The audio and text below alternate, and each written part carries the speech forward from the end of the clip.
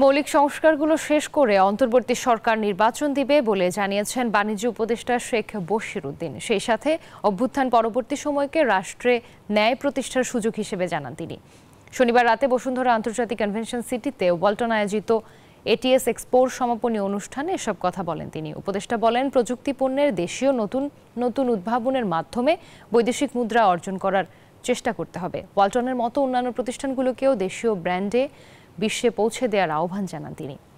দেশের ব্যবসা বাণিজ্য প্রসারের ক্ষেত্রে সরকার কাজ করছে উল্লেখ করে এ সময় বাণিজ্য উপদেষ্টা বলেন, বিশ্ব দরবারে অর্থনৈতিকভাবে শক্তিশালী অংশীদার হবে বাংলাদেশ।